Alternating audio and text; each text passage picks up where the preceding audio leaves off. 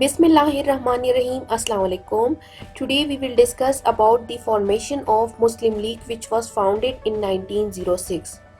Okay تو آج ہم اس ویڈیو میں مسلم لیگ پارٹی کی بیک گراؤنڈ کو تھوڑا سا ڈسکس کریں گے کہ کس طرح سب کانٹیننٹ میں مسلم پولیٹکس کا آغاز ہوتا ہے. ٹھیک ہے، اس کے علاوہ اس کے فاؤنڈیشن کو ہم ڈیٹیل کے ساتھ کور کریں گے، اس کے ٹرمز اینڈ کنڈیشن کو ڈسکس کریں گے اور اس کے ایمز اینڈ آبجیکٹیو کو بھی ڈسکس کریں گے. تو چلے سٹارٹ کرتے ہیں ٹاپک کو. The first question یہاں پہ ریز ہوتا ہے کہ کس طرح سب کانٹیننٹ میں مسلم پولیٹکس رائز ہوا تھا. وہ اس طرح رائز ہوا تھا کہ سب سے پہلے اگر ہم اس بات پر نظر ڈالیں کہ جب تک سر سید احمد خان زندہ تھے تو مسلمانوں کے لیے ایک پولیٹیکل پارٹی کی ضرورت کو اتنا محسوس نہیں کیا گیا تھا. بٹ جب ان کی ڈیتھ ہو جاتی ہے 1898 میں سر سید احمد خان کی، تو اس کے بعد مسلمانوں کی جو سوشل اور پولیٹیکل لائف ہوتی ہے وہ بہت زیادہ ڈسٹرب ہو جاتی ہے اور ان میں ایک بڑا ویکیوم کریٹ ہو جاتا ہے. جبکہ جب تک سر سید احمد خان زندہ تھے تو he was successfully perform the functions of political party for Muslims.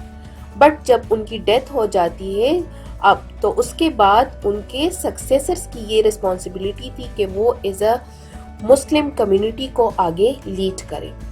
کیونکہ جب 1885 میں انڈین نیشنل کانگریس پارٹی بنی تو اس کے بعد کیا ہوتا ہے کہ سر سید احمد خان مسلمز کو یہ ایڈوائز دیتا ہے کہ وہ کانگریس کو جوائن نہ کرے.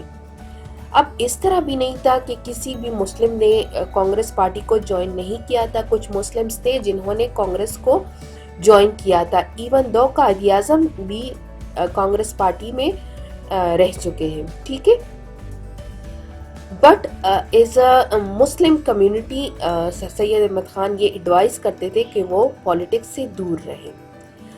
اس کے بعد کیا ہوتا ہے کہ سر سید احمد خان کو during the later part of his life ان کو یہ ریئلائز ہوتا ہے کہ مسلمانوں کے لیے ایک الگ پولیٹیکل پارٹی ہونی چاہیے. کیونکہ کانگریس پارٹی جب بنی تو ان کی پالیسی، پروپیگنڈے اور ایکٹیویٹیز سے یہ بات پروف ہو گئی تھی کہ it was purely a Hindu party. Clear ہوا؟ سو اس کے بعد کیا ہوتا ہے کہ سر سید احمد خان 1893 میں محمڈن اینگلو اورینٹل ڈیفنس ایسوسی ایشن کے نام سے ایک آرگنائزیشن کھولتے ہیں. اب اس آرگنائزیشن کا مقصد کیا تھا؟ مقصد یہ تھا کہ وہ اس پلیٹ فارم کے تھرو مسلمانوں کے پولیٹیکل رائٹس کو پروٹیکٹ کر سکے and to provide them a forum to discuss their problems. Now how the Muslim League party was founded. So the Muslim League Party was founded after the encouraging result of the Shimla deputation. اس Shimla deputation کی کامیابی کے بعد اس میں جن ممبران نے حصہ لیا ہوا تھا یا شامل ہوئے تھے ان کے درمیان ایک کنسلٹیشن، ایک میٹنگ ہوتی ہے regarding the possibility of setting up Muslim political organization اور پارٹی.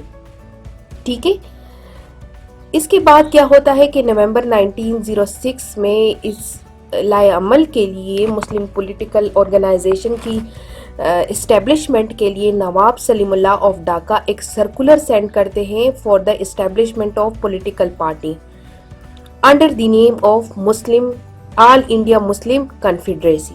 ٹھیک ہے، جبکہ اس کے بعد کیا ہوتا ہے دسمبر 1906 میں ایک اور میٹنگ مسلم لیڈرشپ کے درمیان ارینج ہوتی ہے انڈر دا پریزیڈنٹشپ آف نواب وقار الملک.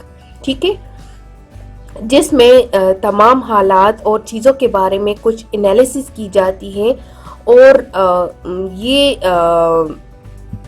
تجویز دی جاتی ہے کہ Muslims are the only 1/5 of the total population of India. ٹھیک ہے، اور ان کا یہ بھی کہنا تھا کہ اگر سب کانٹیننٹ پر برٹش رول چل رہی تھی تو انہوں نے کہا کہ اگر کسی بھی ٹائم یہ جو فورن رول ہے اگر وہ یہاں سے چلی گئی برٹش تو یہ جو باقی میجورٹی میں ہندو یہاں پہ آباد تھے تو ہم ان کی غلامی میں آ سکتے ہیں، کیونکہ ان میجورٹی میں ہندوؤں کی وجہ سے مسلمانوں کی لائف، پراپرٹی اور آنر کو خطرہ تھا. تو اس چیز کو دیکھتے ہوئے جو مسلم لیڈرشپ تھی انہوں نے سوچا کہ اب یہی وقت ہے کہ مسلمانوں کے فیوچر کو بہتر کیا جائے اور ان کے لیے ایک ایسا پلیٹ فارم بنایا جائے جہاں پہ وہ اپنے حقوق کے لیے لڑ سکیں. ٹھیک ہے، تو اس کے بعد کیا ہوتا ہے کہ کچھ اور سپیچز اور ڈسکشنز ہوتی ہے اس حوالے سے، اور ایک میٹنگ میں کیا ہوتا ہے، ایک ریزولوشن پاس ہوتا ہے and it was moved by the Nawab Salimullah Khan of Dhaka and was supported among the other members like the Hakim Ajmal Khan, Maulana Zafar Ali Khan and محمد علی. اور اس طرح مسلمانوں کی ایک پولیٹیکل پارٹی وجود میں آتی ہے under the name of all India Muslim League.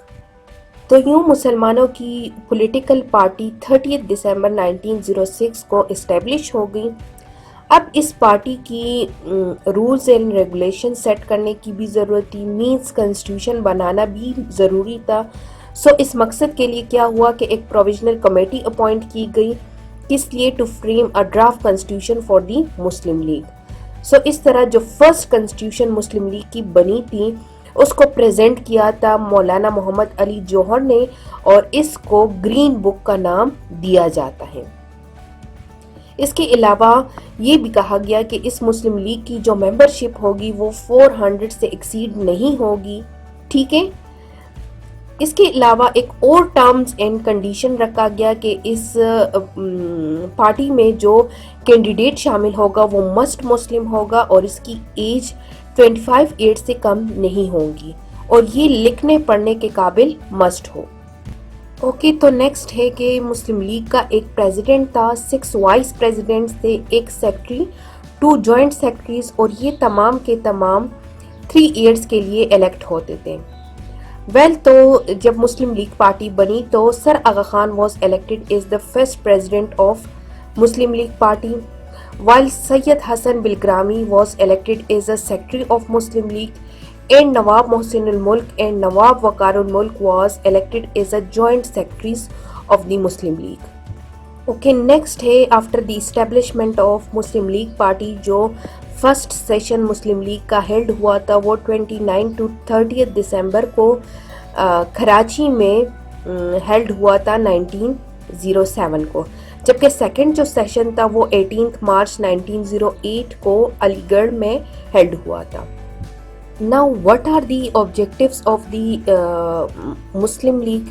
سو یہاں پر میں نے پوائنٹس میں وہ تمام آبجیکٹیوز ایکسپلین کیے ہیں. فرسٹ ون ہے to protect and advance the political rights and interest of Muslims in India.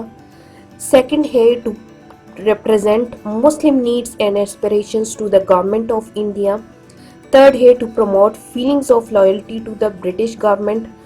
Fourth ہے to remove any misunderstanding amongst the Muslims as to the intentions of any government mayor. And the last one is to prevent the rise of hostility in Muslims towards other communities in India. So these all were the objectives of Muslim League. Hence, after the establishment or setting up of a Muslim political organization, اب اس کی پاپولرائزیشن کی بھی ضرورت تھی. سو اس مقصد کے لیے کچھ ایفرٹس بھی کیے گئے، جیسا کہ انڈیا کے مختلف امپورٹنٹ پلیسز پر ان کے برانچز اسٹیبلش کی گئی، ان کے provincial and district leagues establish کیے گئے. اس کے علاوہ سید امیر علی نے لندن میں بھی اس کی برانچ اسٹیبلش کی. سو اس طرح in a short span of time the Muslim League became a popular mass movement. اب اگر ہم مسلم لیگ کے فارمیشن کی انالیسس کریں تو اس کے اوریجن کے 2 مین فیکٹرز تھے. ٹھیک ہے، ایک فیکٹر ہے کہ ہندوؤں کی جو ایٹیٹیوڈ تھی مسلم انٹرسٹ کی طرف یا بنگال کی جو ایجیٹیشن تھی، ایک یہ سب سے امپورٹنٹ فیکٹر تھا اس حوالے سے. اور دوسرا امپورٹنٹ فیکٹر یہ تھا that the incubation of the Minto Morley reforms which we have discussed in the upcoming video. So that's all about the formation of All India Muslim League. Hope you guys will understand this, but if you have any question, do write your question in the comment section below. Thank you for watching my video. Allah Hafiz.